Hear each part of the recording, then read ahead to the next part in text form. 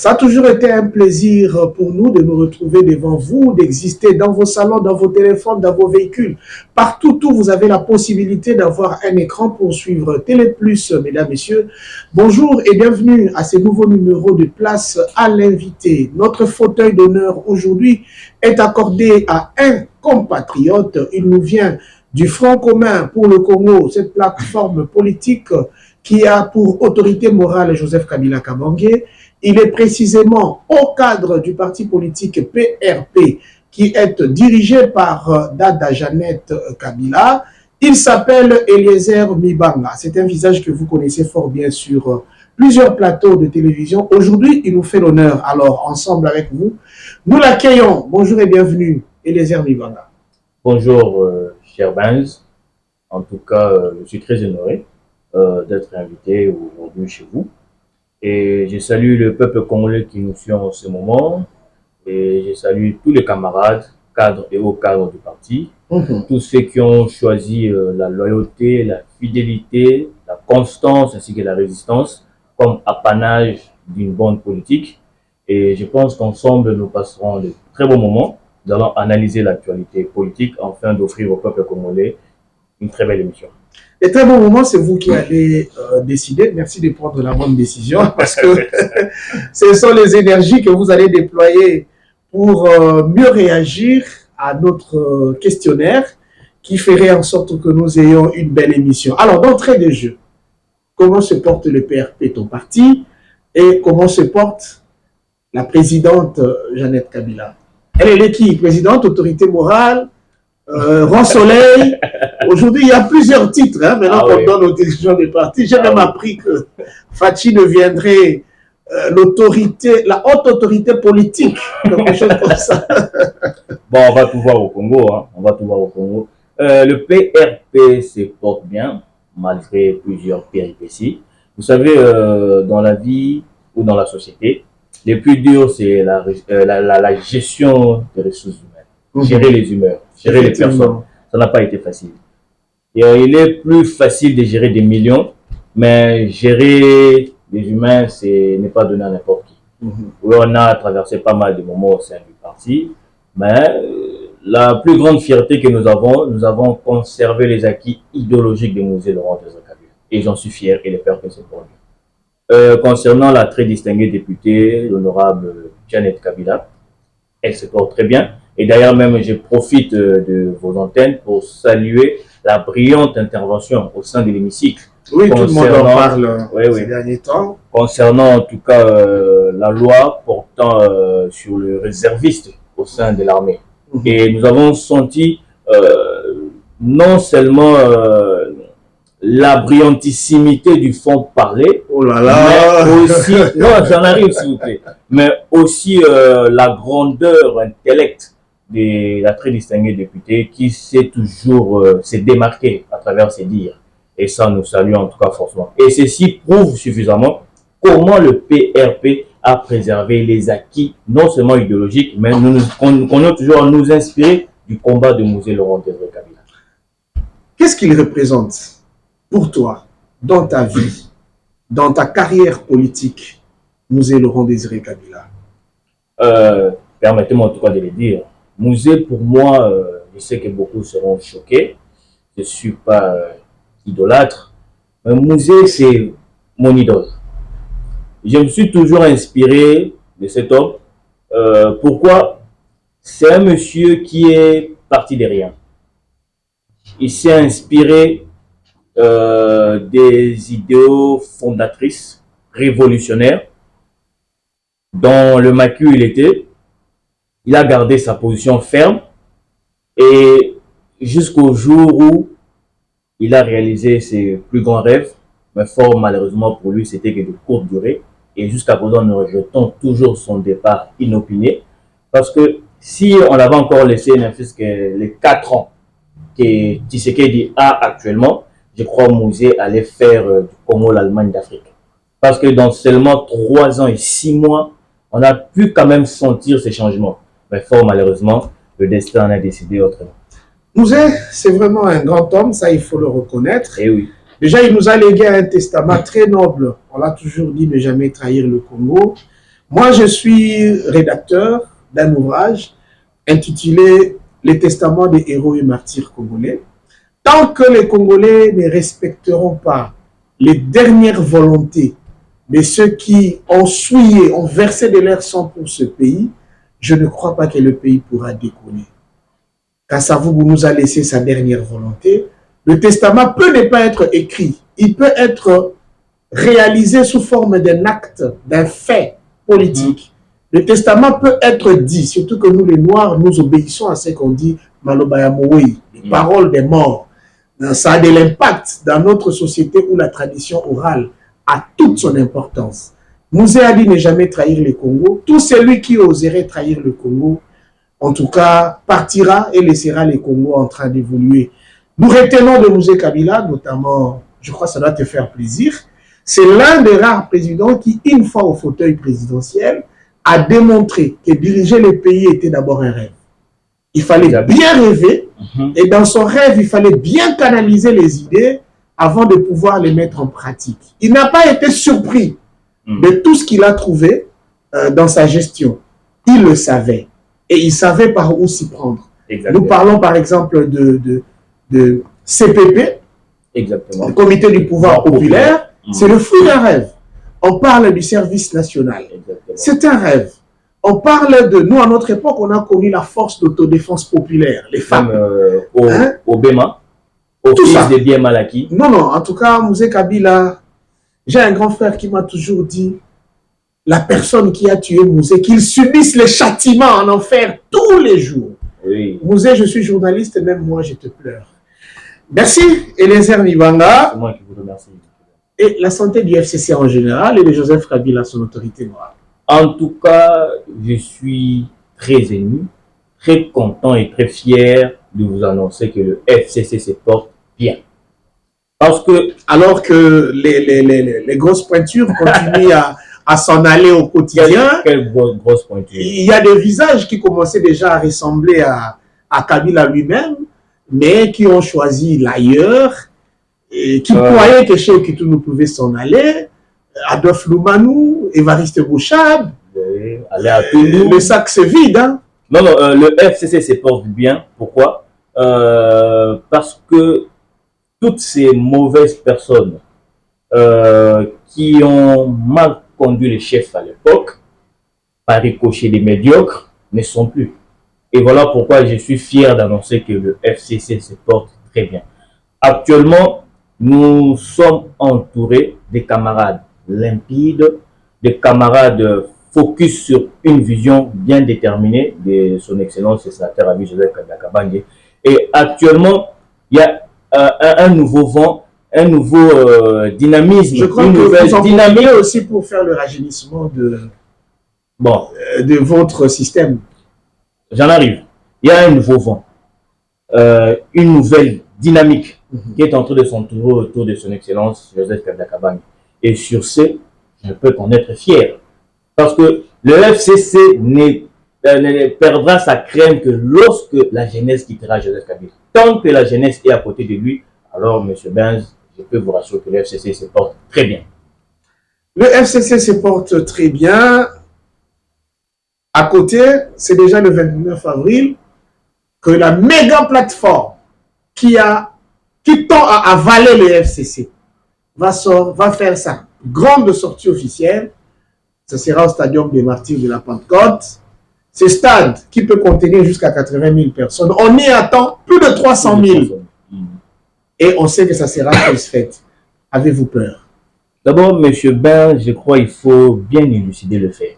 Nous avons en face de nous des médiocres, des chicouleurs, des frappeurs, des gens qui n'ont pas été préparés pour gérer ces si grands pays à dimension continentale. Je vais m'expliquer pourquoi. Allez-y. Pouvez-vous imaginer, au moment où, d'abord, la République est en défaillance, au moment où le taux du dollar fait que battre son plein, au moment où ça va baisser, il a des techniques, des tactiques. Nous, Congolais, nous savons, nous en avons l'habitude.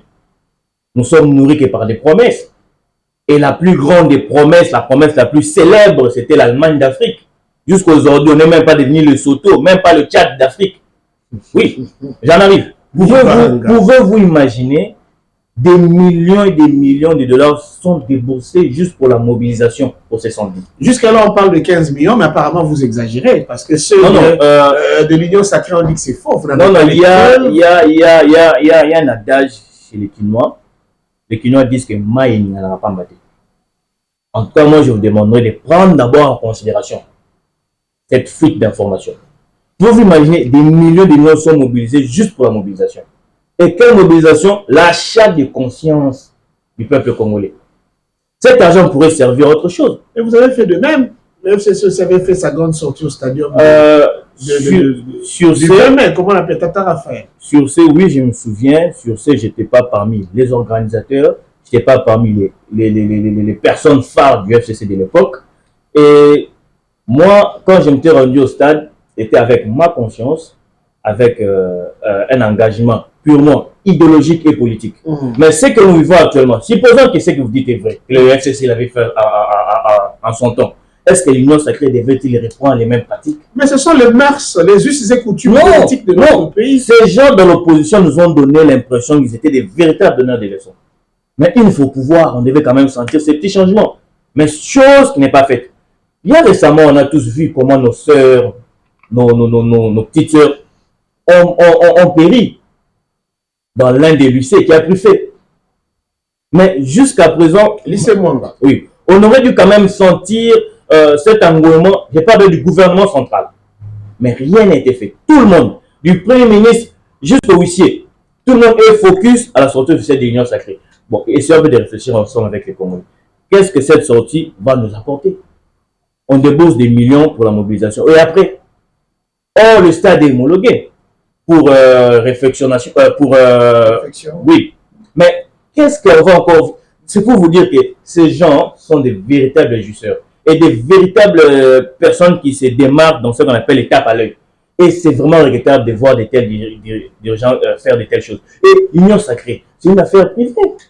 Mais pourquoi sortir l'argent du contribuable congolais pour essayer de nourrir quelque chose qui est privé? L'Union Sacrée appartient à M. Chilombo. Mais pourquoi débourser l'argent du contribuable congolais? Et c'est ça qui fait très mal. Et moi, je pense que tout Congolais sérieux, tout Congolais qui pourra se souvenir des rames, tout Congolais qui va se souvenir du projet Tilégel, du procès 100 jours, le pauvre juge Niani, le seul condamné à mort, tout Congolais sérieux qui a encore sa tête sur ses deux épaules, va boycotter cette activité. Parce que ça, c'est craché directement sur la mémoire du Congolais. Et c'est vraiment regrettable. Craché sur la mémoire du Congolais, vous l'avez dit, pendant que les autres affûtent leurs armes pour mieux affronter l'avenir politique de notre pays, surtout le grand rendez-vous constitutionnel des élections, ni vous, le PRP, ni le PPRD, votre jumeau, encore moins le FCC, votre mère, les bouge. Le PPRD a promis le congrès, ça fait 2 ans, ça ne se tient pas. Est-ce un problème de confiance? On se demande. Le FCC n'a plus de coordonnateur. Une commission de crise qui doit prendre combien de temps? Si Kabila n'a pas confiance aux gens qui l'ont rejoint pendant qu'il était au pouvoir, Zoé est là, Jeannette est là, ses membres de famille directs sont là, il peut même les mettre à la tête de ces organisations pourvu que les choses puissent décoller, Eliezer Nibanga. Monsieur Benz, vous savez bien que qui veut aller loin doit aménager sa monture. Et on n'a pas cette habitude de faire les choses dans la précipitation de le FCC. Qu'est-ce qui nous fait dire que nous ne sommes pas prêts pour affronter les élections? Bien sûr que nous sommes prêts. Le FCC reste cette méga plateforme politique dont le peuple congolais a toujours cet attachement indéfectible. En parlant d'abord du processus électoral, mais on a toujours revendiqué des choses que vous connaissez très bien. Il faut revendiquer tout en étant dans le jeu. Nous sommes dans le jeu. Le manque d'abord de consensus au sein de la Commission électorale nationale indépendante. Allons, Molo, s'il vous plaît. Vous n'avez eu de cesse de déclarer sur des plateaux de télévision que Kabila est encore éligible, oui ou non? Bien sûr qu'il est éligible. Vous avez la confiance. Et c'est notre seul et unique candidat. À votre bilan de 18 ans, vous vous attendez à ce que Kabila soit élu si jamais il s'est présenté comme candidat président, n'est-ce pas? Bien sûr. Vous en avez marre de la gestion de Félix Tshisekedi, vous le déclarez nuit et jour. Bien sûr, pas nous, la population. Vous voulez qu'à tout moment, Félix Tshisekedi soit remplacé par un autre président et bien vous souhaitez que ce soit Kabila. Bien sûr en admettant que le peuple congolais aujourd'hui sortait dans la rue pour dire nous voulons élection, puisqu'il y aura élection, nous voulons Kabila. Kabila qui ne s'est pas enrôlé. Encore moins, vous qui êtes ses compagnons, vous nous préparez à quelle série télévisée? Le peuple congolais reste souverain, M. Benz. Ça, il faut d'abord les reconnaître. Ce ne sont pas des cartes d'électeurs qui donnent la crédibilité au processus électoral. Et il suffit encore de voir les qualités ou la qualité de ces cartes. Je veux expliquer un fait. On nous présente Rossard Malonda, l'UDPS mobilier de sa bande de voyous. Ils viennent faire des désordres au sein de l'hémicycle. Après, on nous amène quelqu'un qui s'appelle Kadima. Il y a même eu un jeu de ping-pong entre les confessions religieuses. Kadima a été désavoué par l'église catholique, désavoué par l'église protestante, désavoué même par la société civile. M. Tshisekedi nous amène à un forcing. Nous, en tant que sentinelles, on faisait que sonner la sonnette d'alarme. Là où nous allons, nous risquons le pire. Mais aujourd'hui, il suffit de voir ce qui s'est passé avec la CENI. Malheureusement, heureusement pour nous, nous ne sommes pas enrôlés. J'espère que vous êtes enrôlés. Vous avez vu ce qui s'est passé dans des centres. Comment les machines étaient en train de tomber en panne. Et si même de voir la qualité de vos cartes d'électeurs. Et c'est regrettable. Si on nous avait écouté, on n'est pas arrivé à ce point. Et il suffit de voir, lui-même, M. Kadima a fait une sortie médiatique récemment sur France 24. Il a dit l'insécurité et les manques de décaissement pourraient faire en sorte que le processus électoral ne soit pas organisé dans le délai constitutionnel. Et jusqu'à présent, M. Kadima attend du gouvernement congolais plus de 487 millions qui devaient être décaissés. Mais il suffit de voir ce qui se passe. Avec un budget, je dirais, pléthorique, et heureusement pour nous, l'FMI a essayé de lucider les faits là-dessus. On va aborder ces points. L'FMI a essayé de lucider les faits là-dessus. Et vous voyez que comment nous sommes gérés par des frappeurs. Si réellement, je dis bien si réellement, je parle au conditionnel, prévention budgétaire présentée au sein de l'hémicycle par le Premier ministre et ministre de Finances, M. Nicolas Kazadi, est une réalité. Pourquoi aller faire un prêt? Pourquoi aller demander aux gens de prêter de l'argent au gouvernement pour payer les fonctionnaires? Non, mais le gouvernement n'a pas besoin que de 16 milliards, on a besoin de plus. C'est pour vous faire voir que même les 16 milliards là, c'est un grand mensonge. Heureusement pour nous, l'FMI a élucidé les faits. Le gouvernement doit rectifier. Attends, tu vas continuer dans la réflexion. Je sais que ça, c'était qu'une parenthèse.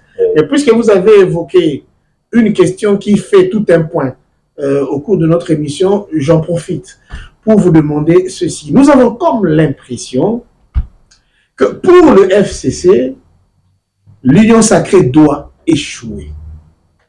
Elle doit échouer pour que le FCC ait des mots, du prétexte de faire partir l'Union sacrée et rentrer au pouvoir. Entre-temps, vous oubliez que si l'Union sacrée échoue, c'est le Congo qui a échoué, c'est le peuple congolais qui aura perdu son essentiel pendant 5 ans de gestion de l'Union sacrée.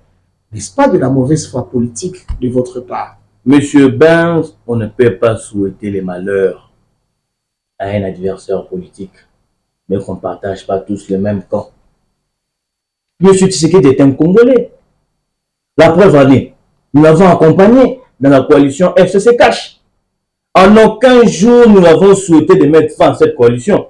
Et en aucun jour, nous souhaiterons les malheurs à M. Tshisekedi et à son régime. En aucun jour.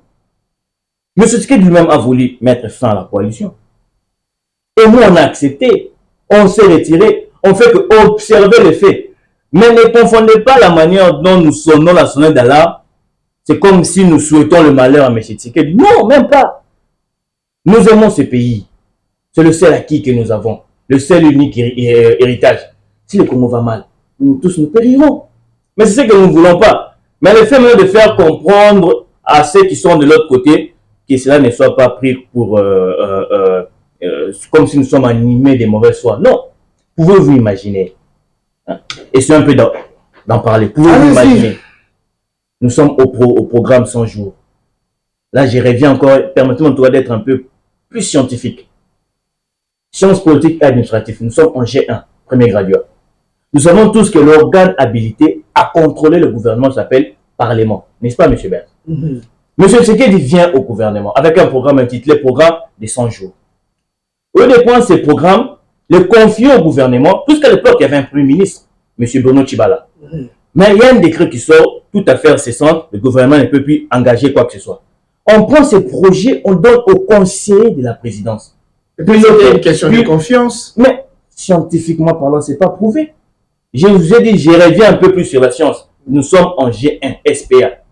Mais scientifiquement parlant, ce n'est pas démontrable. Parce que ces conseillers de la présidence seront contrôlés par qui? Par qui? Auprès de qui ces conseillers vont-ils rendre compte? Et voilà pourquoi on a assisté au détournement macabre. Mais quand on dit sur ces faits, M. Tshilombo est incompétent, c'est de l'acharnement, c'est de l'insulte. Mais on fait que élucider les faits. Et il faut savoir aussi faire le parallélisme entre un qualificatif et une insulte. Quand on dit, monsieur, vous êtes incompétent, on ne vous a pas insulté. À travers le fait, on a pu constater et on vous qualifie comme tel. J'en arrive encore. FCC. Je prends le peuple congolais en témoin. Essayez juste de me parler d'un seul programme de M. Félix Antoine Tshisekedi Tshilombo qui n'a pas connu des détournements. Nous commençons. Programme 100 jours. Chilégel. 0 trou. 145 territoires. Lui-même l'a même mis devant Macron. Il ne serait plus opportun de continuer parce que la guerre à l'Est nous bouffe trop. Gratuité de l'enseignement. Pire mensonge.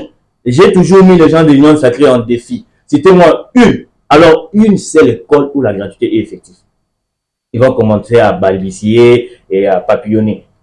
Et je vous dis la vérité, il est grand temps que les peuples se prennent en charge. Il est grand temps. Comment expliquer? On n'a même plus cette bonne moralité. En tout cas, excusez-moi.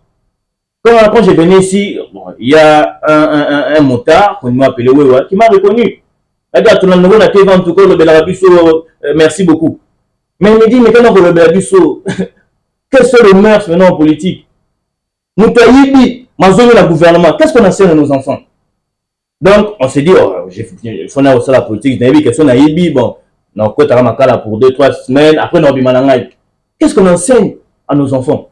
C'est comme monsieur Félix, moi aussi posé la question, sénateur Mwangachouchou qui a pendant longtemps pu parler de lui. Oui. Parce qu'il y a peu, certains, Bakina, il a dit sur mon plateau, lui, il est la fonction publique. On leur a dit, on ne sait pas vous payer parce que tout est focus procès Mwangachouchou. On se demande, est-ce vrai ou faux, on ne sait pas, mais dans ce pays, on aura tout entendu. Alors, Eliezer Bibanga, certes, tu vas continuer. Cette histoire de budget de 3 milliards au lieu de 16 milliards, la déclaration ou la découverte des faits de la part du FMI, comment vous l'aviez comprise? Selon vous, qu'est-ce qui s'aménagerait du côté du pouvoir en place en ce qui concerne le budget du pays? Vous savez, lorsqu'on a affaire à des gens qui se sont habitués et qui ont normalisé la voyoucratie, les chécoulages, les escroqueries, des gens qui vivaient que des copes. Dis-moi un peu, un budget, ce n'est pas un stock d'argent placé quelque part. Voilà pourquoi on appelle ça prévention budgétaire. Ce n'est qu'une prévention. Exactement. Pour quelle bonne raison un gouvernement mentirait-il d'une prévention budgétaire alors que c'est l'argent pour s'attirer les faveurs du peuple? On en a tous vu des publicités, non? surtout des communicateurs de l'Union sacrée. Je les recherche même. Aujourd'hui, tout le monde a disparu. Non, ils sont focalisés aux préparatifs. Oui, ils attendent qu'on sorte un petit rien pour mobiliser les militants. Non, pour acheter la conscience du peuple congolais. Fort malheureusement, on va adopter la loi, ou soit les principes du feu Étienne Tshisekedi. Je demande au peuple congolais de partir. Mais à ta confiance, nous parlons de ces budgets de 16 milliards. C'est une prévention budgétaire. Prévention budgétaire, c'est-à-dire, on a autant d'entreprises, on a autant de ressources minières. Alors, on sait que par mois, par trimestre, par semestre, on peut mobiliser autant. Et compte tenu des dépenses du gouvernement, d'ailleurs, je tiens à vous informer qu'au Congo, surtout avec M. Tshilombo, le budget est 90% est focus aux institutions. Focus aux institutions. Et en soi, le Congolais n'a bénéficié en rien du tout. Alors, compte tenu des recettes et des dépenses, voilà pourquoi on fait ce qu'on appelle la prévention budgétaire et qui s'élevait à plus ou moins 16 milliards. Mais il y a un fait. Les gens, le monde nous regarde. La communauté internationale nous regarde. On constate que, à un moment donné, il y a un communiqué qui fuite où M. Kazadi aurait prêté de l'argent quelque part pour payer les salaires des fonctionnaires du mois de mars et février. Mais les gens se sont posé des questions. Si réellement cette prévention budgétaire était réellement de 16 milliards, mais je crois que tout a été déjà pris en compte. Pour payer les fonctionnaires, il faut autant, et tout ça a été prévu. Voilà qu'on appelle ça prévention. Mais nous sommes au premier semestre de l'année. L'année, la grande partie reste encore, c'est-à-dire il faut davantage mobiliser les recettes. Il y a des régies financières qui travaillent pour ça. C'est alors que le gouvernement pourrait atteindre ses objectifs. Dans ce cas, je dirais alors l'IGF ne fait pas bien son travail. Parce que nous sommes qu'au début de l'année. Cette prévention budgétaire de 16 milliards, c'est pour toute l'année 2023. Nous sommes qu'au début. Si on n'arrive pas à mobiliser déjà dès le début les recettes, c'est-à-dire que l'IGF ne fait pas bien son travail. Et les amis, parce que nous savons tous les dépassements budgétaires qui se passent à la présidence. Une question qui va te faire marrer peut-être. Je l'ai appris d'un cadre, pas de moindre, de l'Union sacrée, même si je tais son nom.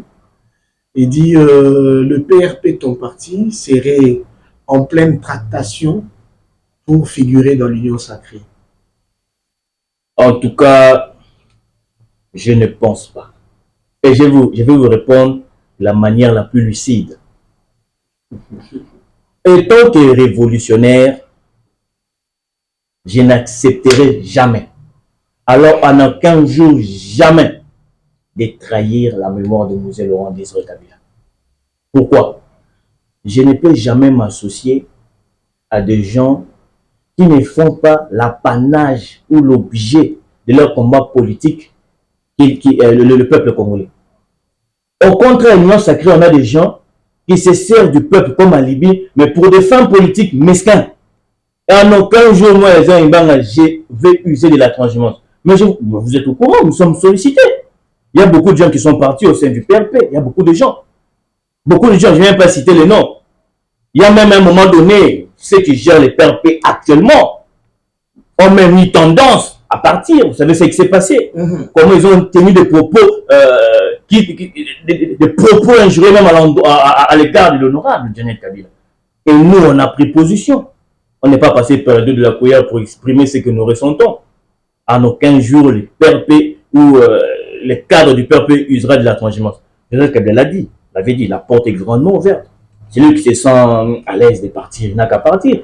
Alors nous allons rester, conserver les acquis idéologiques des musées et ensemble reconquérir les pouvoirs et redonner au peuple congolais sa dignité tant recherchée. Et les Mibanga, en face de l'Union sacrée, on croyait voir le Front commun pour le Congo, mais nous avons comme l'impression que c'est plutôt l'Alliance pour le Congo que nous devons voir désormais. Cette plateforme aussi méga qui réunit en son sein Matata Ponyo, ancien Premier ministre, l'ancien le candidat malheureux à l'élection présidentielle, Martin Fayoulou. Il y a l'honorable Délice Sanga. Il y a le richissime Moïse Katumbi Chapoué. Et on m'a appris que Franck Diongo les a rejoints. Quoi qu'il y ait quelques anomalies avec le docteur Mukwege, peut-on dire que cette alliance qu'on appelle pour le Congo vole déjà la vedette du FCC dans l'opposition? Chaque Congolais est libre, c'est la Constitution, d'adhérer à une organisation politique de son choix. Et ce que nous apprécions d'abord sur ces faits, ces groupes de leaders politiques ont élagué, ou soit ont énuméré, ou soit évoqué le même point que nous, FCC, avions dit depuis belle lurette. Manque de consensus au sein de la CENI, on doit recomposer la Cour constitutionnelle, et tant d'autres choses. Et voilà pourquoi, si vous suivez même, il y a un des communiqués d'un grand leader du FCC aussi, qui a même félicité. Mais en politique, il faut savoir aussi que les alliances se font et se défont. Je ne veux pas dire que le FCC va s'allier. C'est ce que tout comme si le FCC ne va pas le faire. Non, non. Mais laissons l'avenir nous en dire plus. Et de plus belles surprises se trouvent qu'en politique. Et l'avenir, en tout cas, nous réserve de belles surprises. En tout cas, c'est le seul mot que je peux dire, en tout cas. Nous avons une information qui nous a quand même fait très mal dans le territoire de Louisa. Je ne sais pas si c'est le district ou territoire. Je crois bien que ça doit être dans la province du Kasaï central. Le président fédéral du parti Envol, parti cher à Délice Sanga, avait été assassiné hier matin. C'était à la sortie d'un shop où il a été faire une transaction monétaire. Jusque-là, on n'a pas encore saisi les assassins, mais tout est dit que ce sont des comptes à rendre politiques et qui ont fait que ces hauts cadres de l'Envol puissent perdre sa vie. Je ne sais pas comment nous réglons des comptes actuellement en politique en République démocratique du Congo. Je vais quand même demander à mon invité de placer un mot sur cette manière de régler les conflits en politique dans notre pays et les Banga. En tout cas, merci, M. Benz. Premièrement, je présente mes condoléances à la famille biologique de l'illustre disparu, ainsi qu'à sa famille politique. Vous savez, nous sommes des adversaires politiques. Nous ne sommes pas des ennemis. Parce que ce soit ceux-là qui sont à l'Union sacrée et nous qui sommes dans le FCC, nous sommes tous Congolais. Et nous militons tous ensemble pour le bien-être de notre peuple.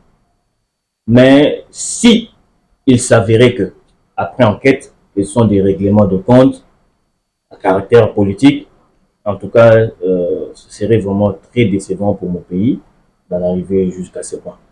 Les menaces, nous en recevons chaque jour.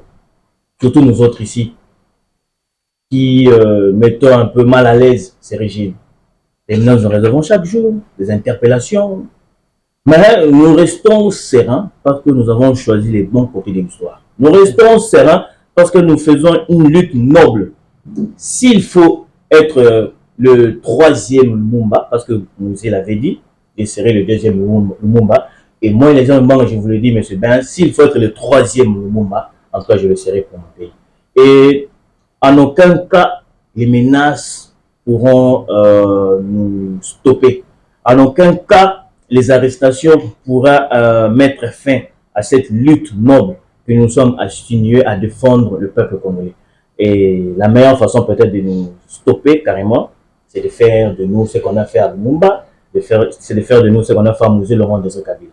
Mais sinon, je demanderai aussi à la justice de bien saisir le dossier. Si encore nous avons une justice dans ces pays, de bien saisir le dossier et de faire les enquêtes afin que justice soit rétablie. Merci, Eliezer Mibanga. Nous sommes vraiment à la fin de notre émission. Pour les quelques minutes qui nous restent, je vous apprends qu'après cette émission, j'ai rendez-vous avec 3 personnalités politiques de ce pays. Et je voudrais qu'au nom de tout le peuple congolais, vous puissiez dire un mot pour chaque personnalité. En votre nom, que je dise quoi à Monsieur Lissanga Bonganga? Premièrement, j'aimerais d'abord placer un mot à l'endroit de Monsieur Félix Antoine Tshisekedi Tshilombo. Je vous en supplie en tout cas. Que Monsieur Félix nous dise clairement, parce que nous savons que ce n'est pas le cas, l'adhésion de la RDC dans l'EAC. On en parle à notre prochaine émission. Vous serez de nôtre dans 2-3 jours. Parce que j'aimerais nous allons nous reposer essentiellement sur la question sécuritaire de notre pays, parce que nous savons que vous, PRP Compagnon de Musée, avez beaucoup d'informations sur le domaine de la sécurité de notre pays. Alors, je disais, je rendez-vous cet après-midi avec Monsieur Lissanga Bonganga, personnalité politique. Si je croise Lissanga Bonganga, que je lui dise quoi de votre part? Qu'il nous dise carrément de quel côté il est. En politique, il faut savoir s'assumer. On choisit un camp et on l'assume. Et c'est un peu ça. Et la politique de la chauve-souris, généralement, ça ne paye pas. Et ça finit des fois très mal. Il nous dit dans quel cas vraiment il est. Bien, merci beaucoup. Juste après Lissanga Bonganga, je compte rencontrer M. Lambert Mende au Malanga. De votre part, que je dise quoi à Lambert Mende? Il faut dire à M. Mende d'arrêter un peu de balbutier. Pourquoi? M. Mende, pour nous jeunes, pour la nouvelle classe montante, ne sera jamais un modèle pour ce pays. Pourquoi je dis ceci? M. Mende est il est celui d'abord qui a usé de la transhumance. Quand vous regardez les anciennes images, comment Mende parlait de l'UDPS, comment Mende parlait de Félix Antoine Tshisekedi Tshilombo, comment Mende parlait de Etienne Tshisekedi, et voir aujourd'hui ce même Mende faire ce qu'il fait actuellement, je me demande où est l'honneur qu'on réserve à l'homme congolais. Voilà pourquoi, la raison pour laquelle des fois à l'extérieur du pays, on ne prend pas au sérieux. Et c'est à cause des gens comme des Mende qui vendent mal l'image du Congolais. Vous voyez un vieux papa, depuis le temps de Mobutu, qui est venu avec Mouzé, il a sucé Mouzé, il a profité de Joseph Kabila, et qui se met encore à faire des courbettes auprès de Félix Tshisekedi. Et ce n'est pas honorifique pour le peuple congolais. Et si moi j'étais l'enfant de Mende, j'allais dire, papa, vous avez beaucoup fait pour ce pays, alors il est temps maintenant pour vous de rester dans les tiroirs. Comme l'a fait Kengouado. Oui, de rester dans les tiroirs. Bien.